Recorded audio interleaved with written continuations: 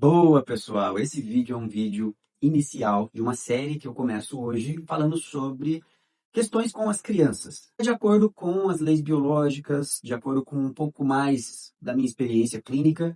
Para quem não me conhece, meu nome é Rodrigo Carvalho, eu sou fisioterapeuta e especialista em neurociência, com ênfase em neurociência comportamental. Tenho várias outras formações, mas eu uso de todos esses 21 anos, praticamente, de experiência que eu tenho, para poder dividir um pouquinho aqui com vocês. Seja você, no caso aqui, né, a mamãe ou o papai de uma criança, ou você um terapeuta que gostaria de entender um pouco mais. Um toque de neurociência com evidência científica e um toque talvez de metafísica, um pouco além do que a ciência comprova. E eu vou falar isso muitas vezes, eu vou deixar sempre muito claro o que é isso, né? A ciência, nós não devemos deixá-la de lado jamais. Ela é a primeira linha, é ela quem eu vou estar sempre indicando diante de um tratamento. As questões integrativas, que eu prefiro chamar de metafísica, que é aquilo que está talvez além da física, isso não significa que seja melhor nem pior, tá? É apenas uma interpretação que eu considero uma interpretação filosófica, muito mais relacionada com crenças, mas que faz muito sentido para mim, em muitos casos, e faz muito sentido para os meus pacientes quando eu explico, e muitos terapeutas que eu já ensinei, que eu já dei curso, que eu já dei formação, também encontram isso. Eles me falam, Rodrigo, faz muito sentido quando nós vemos as leis biológicas entrando em ação. Antes da gente começar, eu vou pedir já para você se inscrever aqui no meu canal, deixa sua curtida, compartilha com alguém que precisa ter essas informações, porque hoje nós vamos falar de sintomas de repetição em crianças. Então vamos falar sobre todas as infecções de repetição, os que eu mais encontro são as amidalites, algumas alergias respiratórias, bronquite, asma, a tosse de repetição, as alergias alimentares e as infecções urinárias. Se você tiver alguma outra questão, pode deixar aqui nos comentários embaixo que eu respondo para você. Primeiro vamos falar do bom senso. Tá? É importante entender que se uma criança está tendo um sintoma de repetição e ela já passou por profissionais qualificados, já passou por médico, já fez exames, já fez um monte de coisa, trata, passa um tempo, volta de novo aquele sintoma. Isso é muito comum em amidalites, em sintomas de toda a região nasobuco-orofaríngea, né? Ouvido, laringe, garganta, etc. Então, levando em consideração que essa criança já passou muitas vezes por profissionais, e quem é das práticas integrativas sabe disso, os pacientes chegam para a gente já depois de ter passado por um monte de coisa e nós somos a última alternativa. Eles estão cansados de tomar medicamento, fazer sempre os mesmos tratamentos e ter o resultado ou não esperado ou não ter resultado nenhum. É importante até para os terapeutas integrativos entenderem que crianças têm fases, elas podem estar mais suscetíveis a ter infecções. Por exemplo, tem algumas janelas aí, início da idade escolar, logo que vão para a escolinha. É muito comum a criança ter tosse de repetição, viver catarrenta, vamos dizer assim, né? Com muita secreção nasal. Importante, sim, a gente ver todo o calendário de vacinação dessa criança, ver como é que está a saúde dessa criança, para descartar qualquer possibilidade. Porém, nós temos que levar em consideração que essa idade escolar inicial, a criança ela está entrando num mundo novo. Tudo que vem de novo, ela estava num território seguro, sai desse território seguro e passa para um ambiente onde ela não é mais o centro das atenções. Às vezes ela percebe aquele ambiente como um ambiente hostil, a criança pode entrar no estado de alerta. Essa hipervigilância pode gerar uma reação em cadeia, muitas vezes modulada por hormônios de estresse. Se a criança fica sob estresse, às vezes numa escolinha, 4, 6 horas seguidas ali, longe dos pais, e isso pode gerar uma resposta natural do corpo de proteção. E muitas vezes o corpo ele tem alguns mecanismos para se proteger. Um deles é a inflamação. A inflamação é uma forma de recuperar. Então, se a criança ficou muitas horas sob estresse, onde ela tinha que farejar melhor o perigo, perceber melhor os sons do ambiente, estar em alerta em relação aos sons que ela emite, ou passar por situações de embate, aqui nós estamos falando da escolinha, né? Às vezes ela briga, às vezes tem alguma questão ali com algum coleguinha, ou até com professores. Todos esses sistemas, eles podem entrar em sobrecarga. E essa sobrecarga, na fase que a criança está em alerta, depois que ela sai do alerta, ou seja, quando ela volta para casa, essas estruturas elas costumam ligar um mecanismo de recuperação. E o corpo ele usa líquido para se recuperar, água, inflamando mais uma região específica para poder reparar essa região. E isso é uma possibilidade, não é uma verdade absoluta. Porém, faz muito sentido quando a gente olha cada criança, cada indivíduo dentro da sua particularidade. Então, até aqui você entendeu que a idade de início escolar pode ser um fator importante em algumas infecções de repetição. Mas também é muito importante nós avaliarmos todo o território, todo o entorno dessa criança. Território familiar, como é que está essa estrutura familiar? É uma criança que tem uma estrutura estável ou é uma criança que vive em um ambiente muito tóxico? E quando eu digo ambiente tóxico, a princípio nós pensamos em brigas, ameaças, crianças que apanham, tudo que pode estar relacionado com o estado de manter uma hipervigilância. Se a criança está num ambiente onde ela percebe que a qualquer momento pode ter uma briga dos pais, ou ela pode sofrer uma agressão, isso tudo gera um mecanismo de retroalimentação. Não é tão difícil entender isso. Imagina, nós não fomos feitos para ficar sob estresse por muito tempo. Se a criança está num ambiente hostil, e ela fica mais tempo em hipervigilância, seja vendo os pais brigando ou os pais brigando com ela, recebendo muita pressão, isso não vai gerar só uma alteração emocional, psicológica, de forma alguma. Ela pode sim ter mudanças comportamentais por causa disso, ela vai ficar mais agressiva, mais irritada, mas ela muitas vezes vai ter mudanças psiconeurobiológicas, ou seja, o cérebro influenciando no sistema nervoso, a mente, né, a questão psicológica influenciando na resposta corporal. E aí vem amidalite de repetição, bronquite de repetição, tosse de repetição. Tudo isso, quando nós olhamos do campo das leis biológicas, tem um sentido biológico, aquilo que eu farejo, aquilo que eu falo ou não falo, aquilo que eu grito ou não grito, aquilo que eu percebo como um medo, uma ameaça sobre a minha existência, uma ameaça sobre a minha integridade. Aí a criança ela pode ou ficar mais agressiva, ou ela fica mais na defensiva, e o corpo também vai tentando equilibrar dentro do desequilíbrio. Então, nós vimos o ambiente familiar, o ambiente escolar como um provável mantenedor aí de reações em cadeia. E é isso que a gente tem que olhar. Depois, nós vamos olhar o ambiente externo. Aqui nós falamos mais de alimentação, rotina de sono, hábitos da família. Tudo isso conta muito. Às vezes, nós temos lá uma família bem equilibrada, uma escola que não é tão exigente assim e é amigável, vamos dizer assim, a criança não tem grandes problemas nesses ambientes, mas na hora de identificar como está a rotina alimentar dessa criança, está péssima, uma alimentação rica em industrializado, principalmente ultraprocessados, uma qualidade de sono ruim, onde a criança acompanha o ritmo de sono dos pais, às vezes os pais são aqueles que dormem super tarde, a criança acaba tendo um ritmo de sono reduzido. Porque é importante você entender que o teu ciclo de sono de adulto é diferente do ciclo de sono de uma criança. E se ela está adaptada ao teu ciclo de sono, ela pode estar completamente desadaptada ao ciclo de sono dela. Tem uma dica aqui muito legal para você saber se o teu filho está indo bem ou não no ciclo de sono dele, que é quando vocês entram de férias. Se o teu filho é uma criança que costuma ter muita dificuldade para acordar, isso também já é um sinal, ele acorda irritado, com muito sono, isso pode afetar o desenvolvimento dele de aprendizado na escola. Quando entra de férias, é uma oportunidade muito boa para você entender como é que é o ritmo natural de sono do teu filho. Perceba que horas que ele vai dormir naturalmente e que horas que ele acorda naturalmente. Digamos que seu filho, nas férias, vai dormir lá por uma meia-noite. E aí ele acorda 9, 9h30 da manhã. Todos os dias das férias. Ou seja, ele tem uma necessidade ali de 9 horas de sono, 9 horas e pouquinho de sono. Cada criança tem um tempo específico. Só que daí volta às aulas e vocês começam a deixar ele ter um ciclo menor do que a necessidade. Ele passa a ter 7h30, 8 horas de sono, que para algumas crianças é ideal, mas para outras está longe de ser o ideal. Ela acaba dormindo 1 hora menos, 1h30, até 2 horas a menos do que deveria ser a necessidade de sono dela. Então você, como pai e mãe, vocês devem ter essa noção. Nossa, meu filho, quando eu vejo que ele está tranquilo, quando eu deixo ele dormir, ele acaba dormindo às vezes 12 horas. Então talvez o ciclo de sono natural do teu filho seja maior do que ele está tendo agora. E isso vai afetar. Imagina você adulto, uma noite mal dormida. Como que a gente fica chato? Como que nós temos uma tendência a tomar menos decisões ou ficar mais cansado na hora de fazer uma mudança de vida, uma rotina, fazer atividade física, fazer uma alimentação mais saudável. Nós vamos muitas vezes ter escolhas mais ruins. Agora, nós temos o cérebro formado. Teoricamente, nós somos maduros emocionalmente, uma criança ainda não. E pega uma criança que está dormindo menos do que deveria, se alimentando de forma inadequada e não tendo uma rotina regrada, que é outra coisa importante. Criança precisa de rotina, precisa ter os mesmos horários para dormir e os mesmos horários para acordar, horário para comer, horário para fazer lição de casa, horário para brincar, horário para tomar banho. A rotina previsível, apesar da gente achar que ela é chata, mas ela é muito importante para a manutenção de algumas funções do cérebro. O cérebro ele tem ritmos, ele consegue entender e predizer a rotina, quando ele já sabe que pode já estar para acontecer. Por exemplo, quando nós temos os mesmos horários para comer, o cérebro ele vai se habituando a esses horários, ele já faz todo um preparo quando está chegando o horário que ele sabe que vai entrar comida. Quando nós temos os mesmos horários para dormir, nós temos um padrão neurobiológico mais fisiológico com o nosso ciclo circadiano, que é o ciclo natural que a gente segue no ritmo dia e no ritmo noite. Todo ser humano é um ser diurno. Se nós fôssemos seres noturnos, nós teríamos os olhos adaptados, assim como os do gato.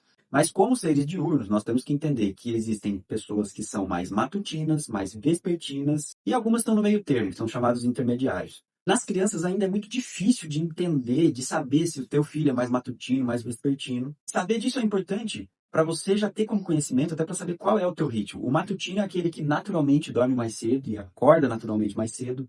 O vespertino é aquele que naturalmente dorme mais tarde e, consequentemente, acorda um pouco mais tarde. Esse um pouco mais tarde não é nada muito absurdo. Por exemplo, um vespertino ir dormir até meia-noite e acordar umas 7 da manhã, nós estamos dentro de um ritmo normal. O que sai do normal?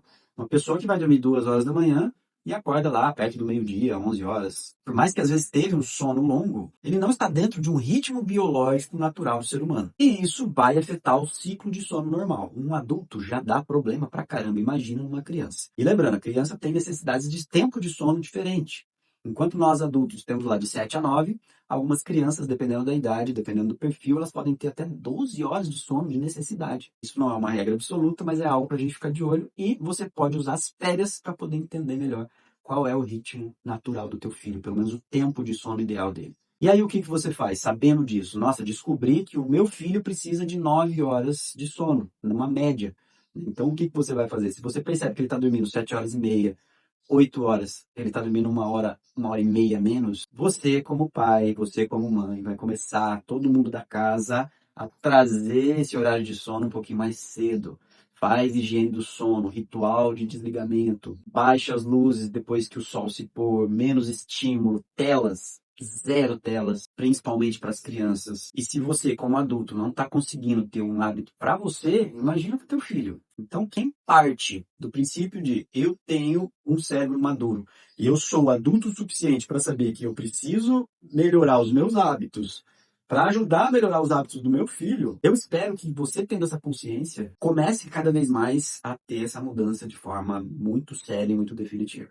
Nós estamos falando de sintoma de repetição e nós caímos aqui nesse ritmo de sono e de rotina. Olha o quanto isso é importante também para evitar esses sintomas. Porque é mais do que sabido que alterações de sono vão mexer com questões de imunidade, de aprendizado infantil, de comportamento infantil. Aí teu filho dorme menos, está super irritado, não está conseguindo prestar atenção na escola de manhã, e aí você acha que tem algum problema com ele, que vai precisar de medicamento para TDAH.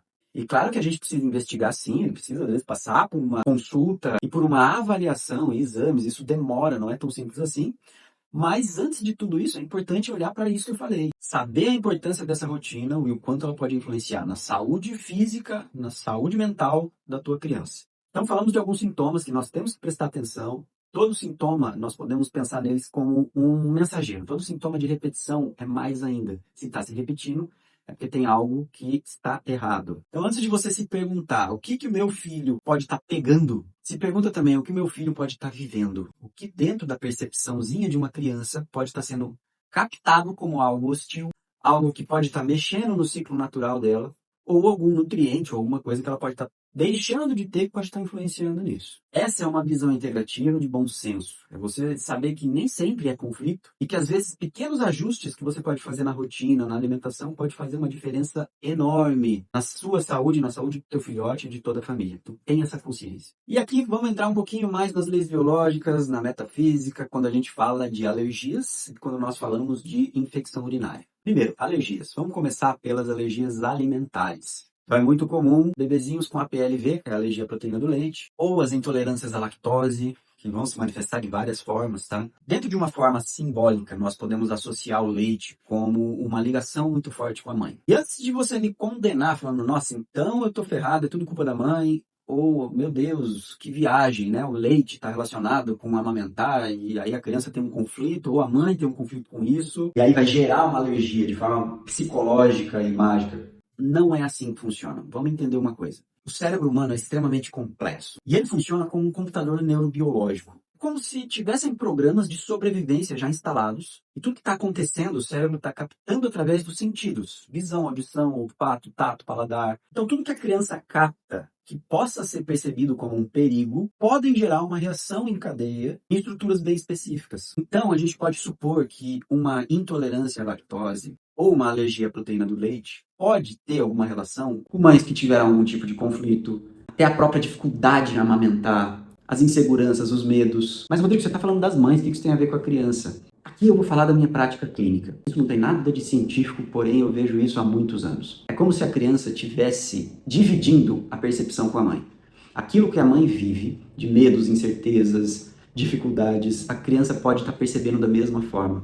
Aquilo que a mãe não está aceitando, não está digerindo, aqueles conflitos vividos de forma impactante que de alguma forma deixam a mãe em estado de alerta por mecanismos que a gente ainda não sabe explicar direito, podem ser até mecanismos hormonais, pode ser comunicado para o sistema nervoso da criança como um perigo. E esse sistema de defesa pode começar a entender a entrada sensorial do leite como uma ameaça. E lembra que o sistema imune está intimamente ligado a todo o sistema endócrino, neurobiológico como um todo. Então, se existe uma ordem interna de que o leite passa a ser perigoso, ou a proteína do leite passa a ser perigosa, porque existe alguém, ou existe um contexto vivido de uma raiva indigesta, ou de uma situação difícil de assimilar, o sistema psiconeurobiológico daquela criança pode gerar esse programa de sobrevivência, surtindo numa alergia à proteína do leite, ou numa intolerância à lactose. E muitas vezes vai se manifestar basicamente por reações gastrointestinais. Isso não é uma verdade absoluta, mas faz muito sentido quando eu vou investigar essas coisas com a mãe da criança. Mais uma vez enfatizando, nós temos sempre que olhar todo o contexto ao redor. Essa criança às vezes passou por vários profissionais, mas se não está resolvendo, isso precisa sim ser levado em consideração. Como é que está o estado mental dessa mãe, como é que está essa família, como é que está o contexto e o ambiente que essa criança está inserida. E aí eu falo mais uma vez, nos meus 20 e poucos anos de experiência, muitas vezes, ao trabalhar com a mãe, eu vejo uma melhora muito rápida nos sintomas da criança. E aí você que já me acompanha sabe que eu vou repetir isso milhares de vezes aqui. Não existem verdades absolutas e bom senso sempre. Não significa que toda criança com intolerância ou com alergia, seja do que for, é porque ela viveu um conflito, ou a mãe está vivendo um conflito, ou porque tem alguma coisa mal resolvida. Não é isso. Porém, nós precisamos também incluir isso no hall de histórias da criança. Principalmente essas que já fizeram vários tratamentos, continuam às vezes acompanhando, mas está sempre tendo problema.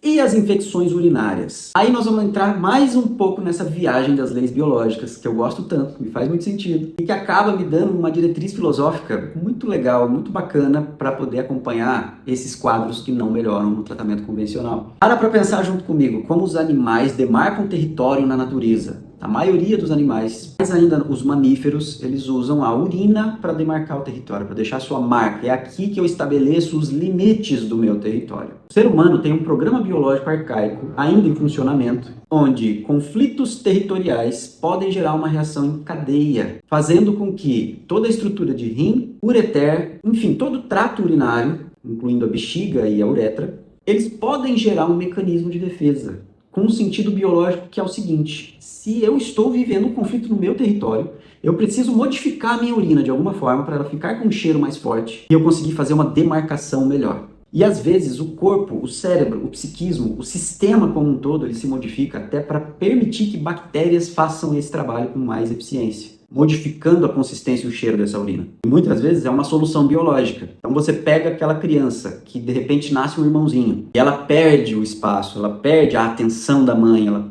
deixa de ser o centro ali. Ela pode passar a desenvolver uma resposta psiconeurobiológica onde ela vai ter mais infecção de repetição. Essa criança também pode estar lendo os conflitos de território da família.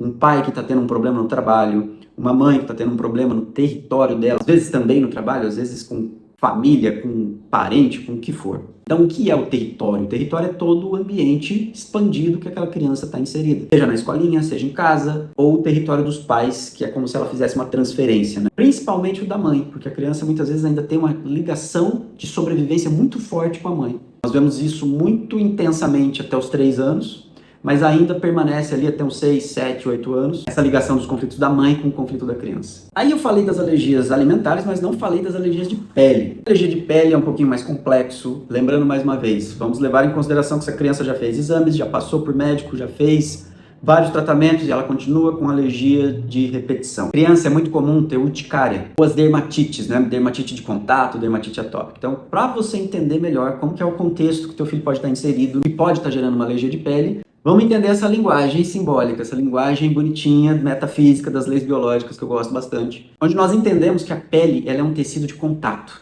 Tudo que está relacionado com um contato bom que eu perdi ou estou perdendo, ou um contato ruim que eu não quero ter, que é perigoso esse contato com a minha pele. Então a pele passa a ser um órgão afetivo, um órgão de relações. O cérebro percebe assim, se existe uma perda real, imaginária, simbólica, seja o que for, que a criança percebe, por exemplo, um desmame precoce, né, onde a criança perde o contato com o tete da mãe, ela pode desenvolver alergias nessa região, ou uma situação vivida de forma impactante, onde ela percebe que ela não quer ter contato com aquilo. Vou dar um exemplo. Uma vez eu atendi uma menina que tinha alergias na região das costas e de glúteo. E na nossa investigação, ela me trouxe uma cena que ela viveu na escola. Ela passou uma vergonha muito grande. E aí eu perguntei para ela, o que você sentiu nesse momento que você viveu isso? Ela falou assim, eu queria sair correndo, mas a professora mandou eu ficar sentada na cadeira. É como se o corpo dela tivesse identificado aquele contato. Ela tinha que ficar com a bunda e com as costas encostadas num ambiente onde ela não queria estar. É como se a pele tivesse percebido aquilo como algo muito ruim. E aí ela desenvolve uma alteração para poder exatamente eliminar aquele contato ruim que eu não quero ter. Essa menina, ela tinha muita coceira e a pele ficava muito vermelha. E quando nós identificamos esse mecanismo e conseguimos atuar de forma mais coerente com essa criança, em relação a ela olhar esse conflito vivido de uma outra forma, o sistema nervoso dela entrou num equilíbrio melhor. De certa forma, a escola, ela foi entendendo que não era um ambiente tão hostil assim. Então esse mecanismo de hipervigilância, de estado de estresse, ele é quebrado e, consequentemente, a criança melhorou dessa alergia. Gostou desse primeiro vídeo sobre crianças? Eu gostaria que você deixasse a sua opinião, deixe seu comentário, sua crítica, sua sugestão. Você já viveu ou fez sentido para você? Conversa aqui comigo. Eu sempre tenho essa preocupação de ter esse bom senso, de olhar assim, poxa, essa criança usou o que tinha de melhor de tratamento e ainda assim não fez efeito. Então será que ela pode estar entrando em contato com algum conflito que ela não esteja conseguindo lidar? E será que esse conflito pode estar influenciando nesse sintoma que essa criança está tendo? Se isso fez sentido para você, eu já deixo um convite. Clica na descrição desse vídeo, tem um link onde você vai entrar em contato comigo para agendar uma consulta presencial ou online. Eu espero que você tenha gostado e quero agradecer o seu tempo de ter ficado comigo até agora. Mais uma vez eu vou reforçar. Dá uma força aqui no canal, se inscreve, já deixa o seu like e compartilha esse vídeo com mais pessoas. A minha missão é quebrar alguns mitos e essas verdades absolutas que muitos terapeutas têm, que falam às vezes de forma irresponsável sobre conflitos e sintomas, usando o que tem de científico disponível, mas sem deixar de olhar o lado filosófico, o lado que talvez aos olhos críticos da ciência pode até não ter tanta evidência assim, mas que faz muito sentido. Em todos esses meus anos eu tenho visto uma diferença muito grande nesses casos, desses sintomas que eu apresentei aqui para vocês. E aí você quer ficar por dentro do próximo vídeo que eu vou lançar, já ativa o sininho também para você receber uma notificação e não perder nada dessa série sobre crianças. Muito obrigado e até o próximo vídeo.